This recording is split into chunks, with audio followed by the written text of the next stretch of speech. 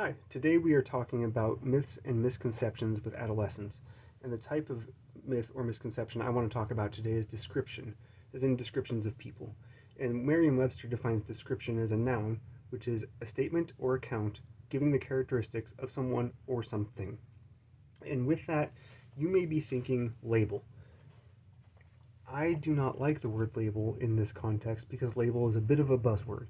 And I'm not a big fan of buzzwords because they have cultures all their own. And usually what happens is innovative thought stops at the buzzword. People are just proud that they know the right answer, which, spoiler alert, is always the buzzword. The class of description I'm going to talk about today, I'm calling just descriptions, just dot dot dot. And they usually are accompanied by a sigh and, a frustrated or defeated look on the face and defeated body language. And we hear them in schools a lot after faculty has worked with students and run out of ideas of what to do. A student is just something. A common one that I hear is a student is just lazy. That can look a few different ways. That can look like just lazy. It can be just unmotivated or just unwilling to work. But they all kind of boil down to the same thing, which is just lazy. We have just too distracted. I'm guilty of that. I get distracted all the time.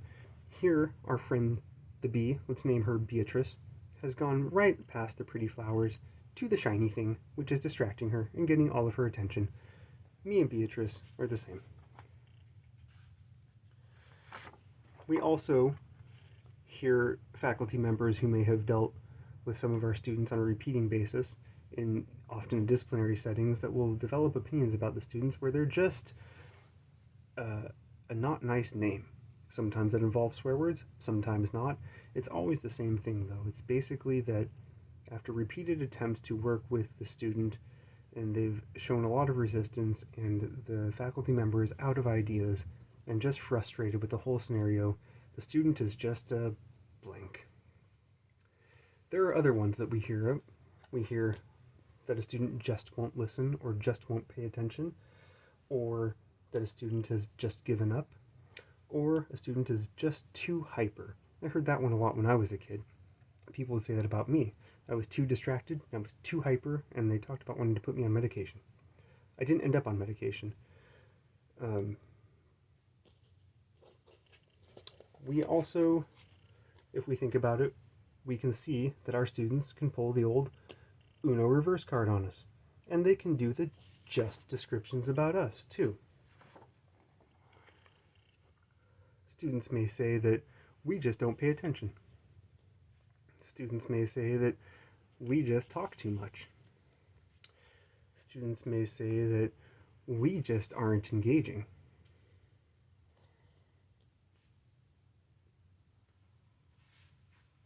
Students may say that our content is just uninteresting. And every adolescent's favorite finger, maybe we just don't care. But that's false. We know that the faculty in our schools care a great deal about the students, and we know that the faculty in our schools care a great deal about the content. They all work very hard to provide a safe educational environment for our students where hopefully all of our students feel welcomed and loved. There are some things that we know are happening in our students' lives, though, because we have data to support it. We know that some of our students are the primary caregivers of family members when they leave school. So when they get home, maybe they're caring for the very young or the very old or maybe a disabled family member. And there's data that says that about 5.5 million students in the US fall in this category. And other numbers say that we have around 55 million students in our country, which works out to be close to 10%, which is a pretty good sized number.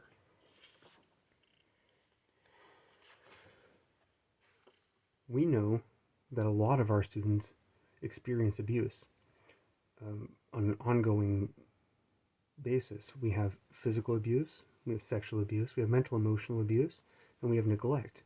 And so that student of yours who may just want attention may not be getting it at home. The numbers are kind of all over the place on this, but one study I found suggested that about 30% of our students experience some form of violence by age 16.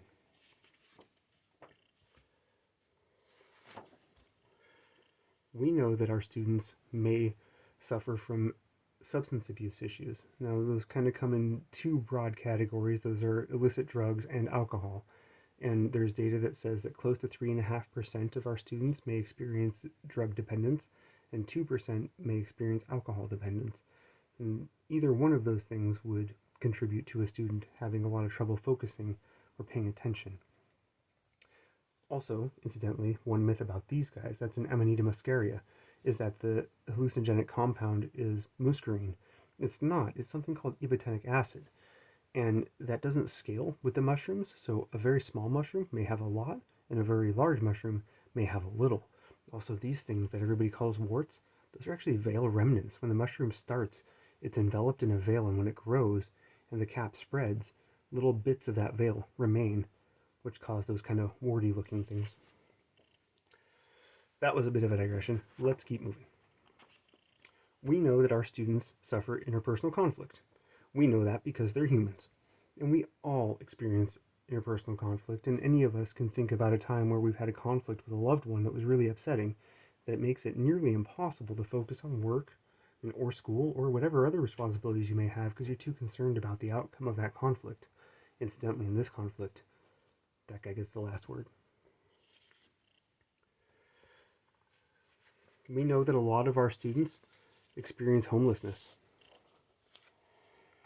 In Washington State, it's about 3.5% of our students that suffer homelessness. In Bellingham, that number's doubled.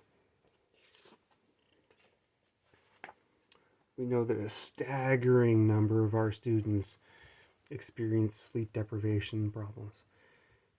I found one study that said that about 75% of our students are not getting enough sleep. It's a slightly more girls than boys, but students all over, just about 75%. That's huge. We know that a lot of our students suffer food insecurity issues. The University of Washington did a study that found that 25 to 50% of our students are experiencing food security problems. And that's a wide range, and that has to do with the self-reporting nature of the data, and it's kind of hard to track. But even at the small end, even at the lower end, that's still a quarter of our students. That's huge.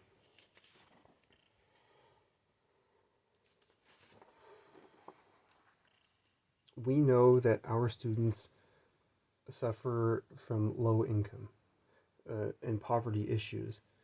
And we have data that says that in Washington State, it's about half of the students fall into this category. And this category can lead to other things such as food insecurity or addiction or more family conflict and stress that leads to abuses and stuff like that. So a lot of these problems that we know students experience, they don't just experience one, they experience several. We've noticed that I'm just pretty distractible, right? That's pretty obvious to all of us, but here's some of the reason. This is a small list of all of the hats that I wear in my life. This, isn't comprehensive. It couldn't be. And in every one of these, the amount of agency or control that I have over it depends entirely on the context. And despite what my mom would tell you, I'm not special. You're the same, and so is everybody else you know, including our students. They're all just as complex and varied as we are, and we need to recognize that when we're working with them. So, kind of in summary, I want to remind us that the myth that we were looking at is these descriptions, and how these descriptions are looking more at a deficit model and how they usually indicate something that needs more investigation. And part of the problem may be that it just needs investigation from a different person. Maybe I'm struggling with a student, but the teacher down the hall has a better relationship with that student and they can do the investigation, or something like that. I also want to be careful not to start a new myth and misconception about faculty. I don't think that our faculty is doing a bad job. I think our faculty is doing a great job and they're doing everything they can. I just think that our faculty is tired. and they're out of ideas and they need more support. And so I would like to acknowledge these websites for providing some of the data that I used in this production. And I'd like to take a minute to talk about the philosophers and the works that inspired some of this. I would like to start with It's Not About Grit by Stephen Goodman. And that work is a roller coaster. Goodman really attacks the idea of the deficit model of looking at students, and he allows the students to tell their own stories. Pedagogical Tact by Max Van Manen has been hugely influential to me. Van Manen's idea of pedagogy and looking at students through a pedagogical lens aligns very well with Caring by Nell Noddings and her ideas of caring and how it's our responsibility as school faculty members to engage in caring with our students. And also The Apprenticeship of Observation by Michaela Borg. That one plays into this because I suspect that The Apprenticeship of Observation is what is to blame for these just descriptions. I think that she describes in her article how when we don't know what to do, we kind of revert back to what we know, which is usually what we've seen. And so when we were kids, we got told that we were just, hyper or just distractible, or we heard about the people around us that they were just lazy or just disengaged or just unwilling. And when we're out of options and we're out of ideas, we kind of revert back to that and what we've seen before. Give some quick credits to written and directed by me, Galen Haven. The camera operator was Devlin Haven. He also ended up being the lighting supervisor and the set designer. And he's an adolescent, so we got adolescent representation in this. That's a W.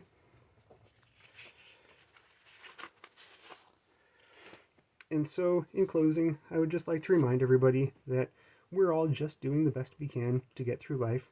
We are just trying to make it through and be nice and good people, and we're just trying to be just us.